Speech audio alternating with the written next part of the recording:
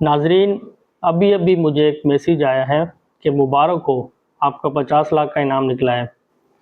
बस अपनी bank details भेज दें। मतलब फराडियों को अब भी लगता है कि हम आज भी बचपन के मासूम बच्चे हैं, लेकिन मजाक से हटकर ये मामला जितना हंसने वाला लगता है, असल में उतना ही ख़तरनाक है।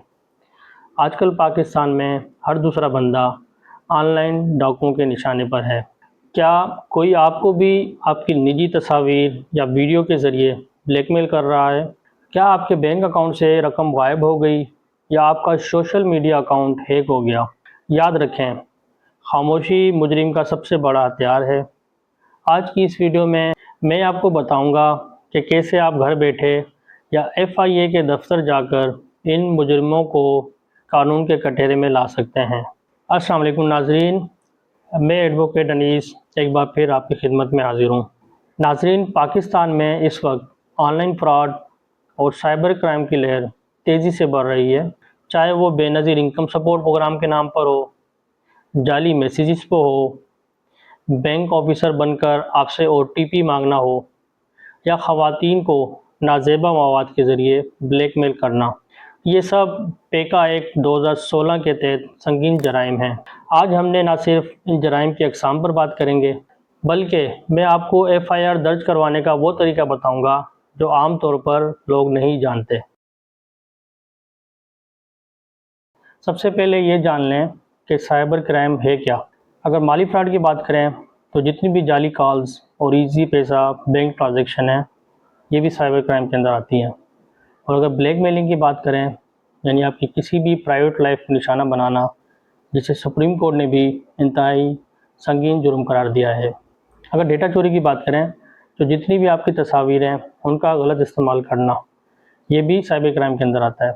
अगर आप हैकिंग की बात करें तो आपकी फेसबुक, व्हाट्सएप या इंस्टाग्राम का अकाउंट्स पर कोई भी हैकिंग करना, ये भी साइबर क्राइम के अंदर आते हैं। अगर बच्चों के ख़िलाफ़ जराइम के बारे में बात करें तो ये सबसे घिनौना जुर्म है जिसमें ज़मानत मिलना तकरीबन नामुमकिन है। ये सारी चीज़ें साइबर क्राइम के अंदर आती हैं।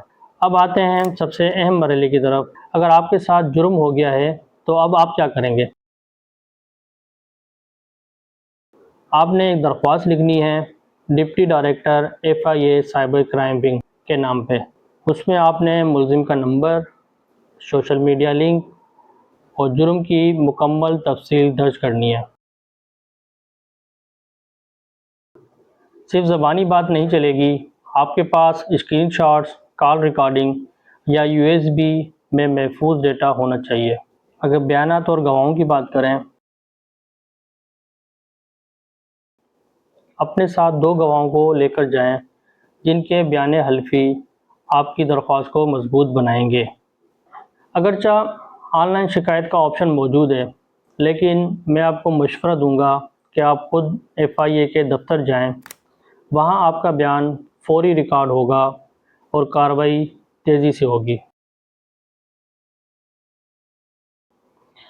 अगर एफआईए कार्रवाई ना करे, कई बार ऐसा होता है कि रश ज़्यादा होने की वजह से या किसी और वजह से एफआईए आपकी दरख्वास्त पर कार्रवाई नहीं करती, तो क्या अब आप हार मान लेंगे?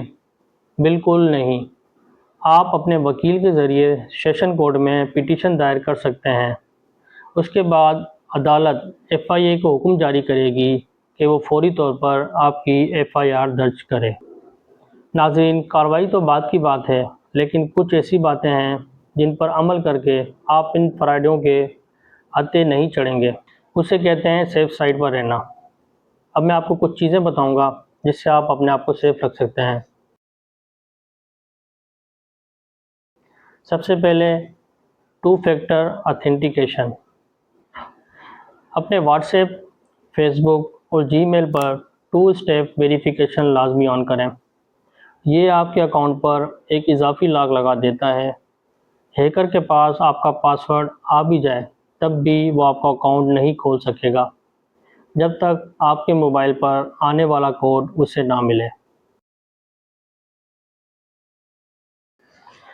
अगर कोई आपको व्हाट्सएप पर लिंक भेजे कि इसे क्लिक करें और मुफ्त इंटरनेट या बैलेंस पाएँ, तो समझ जाएं वो लिंक नहीं बल्कि आपके डेटा चोरी का रास्ता है। कभी भी ऐसे मशकूक लिंक्स पर क्लिक ना करें। Social media privacy. अपनी तस्वीर और वीडियोस को पब्लिक रखने के बजाय फ्रेंड्स ओनली पर रखें। याद रखें, हर वो शख्स आपकी फ्रेंड लिस्ट में है वो आपका दोस्त नहीं हो सकता। अपनी निजी मालूमात शेयर करने में एहतियात बरतें। वीडियो कॉल्स पर एहतियात। आजकल स्क्रीन रिकॉर्डिंग के ज़रिए ब्लैकमेलिंग बहुत आम है। किसी भी अनजान नंबर से आने वाली वीडियो कॉल ना उठाएं, ख़ास तौर पर अगर वो आपको किसी जाल में फंसाने की कोशिश कर रहे हैं। पासवर्ड का इंतखाब। अपना पासवर्ड 12345 या अपना नाम और तारीख़ी पैदाइश ना रखें। ये इतने आसान होते हैं कि हैकर तो क्या, आपका पड़ोसी भी अंदाज़ा लगा ले। हमेशा मुश्किल पासवर्ड रखें जिसमें हरूफ कैपिटल हों, नंबर्स हों और स्पेशल करैक्टर्स हों, जैसे कि हैशटैग, $, इस तरह के XYZ आप शामिल कर सकते हैं। और सबसे अहम बात, अगर कभी गलती से कोई डेटा लीक हो जाए या कोई अकाउंट हैक हो जाए तो घबराना बिल्कुल नहीं है। जितना आप डरेंगे मुजरिम उतना ही आपको दबाएगा। आपका पहला कदम डिलीट करना नहीं बल्कि रिपोर्ट करना होना चाहिए। सज़ाएं और इबरतनाक अंजाम। याद रखें, कानून बहुत सख्त है। हैकिंग की सज़ा 3 माह कैद और जुर्माना भी हो सकता है। डेटा चोरी की सज़ा 6 माह की कैद हो सकती है। ब्लैकमेलिंग और नफ़रत अंगेज़ मवाद की सज़ा 7 साल तक की सख्त कैद हो सकती है। ऑनलाइन फ्रॉड की सज़ा 2 से 7 साल तक की कैद हो सकती है।